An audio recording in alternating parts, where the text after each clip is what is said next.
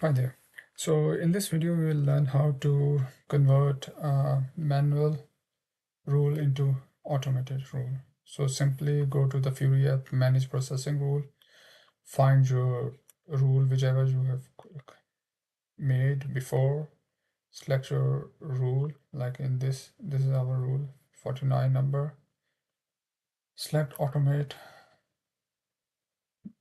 mention the journal type. If you want to change it, you can change it, or SA for the, as you know that for the journal ledger.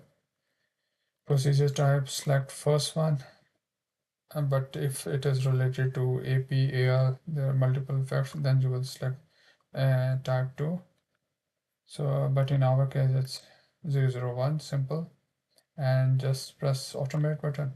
So you have to check that before it is manual rule, now it will become automate. So now automated is active. So now what will happen that in the new bank statement, whenever this criteria matches with this rule, automatically it will be posted with this cost center and account. And in our case, the memo line is this. So whenever in new statement, when I call it new statements, mean that after creating this rule, whenever we receive a new statement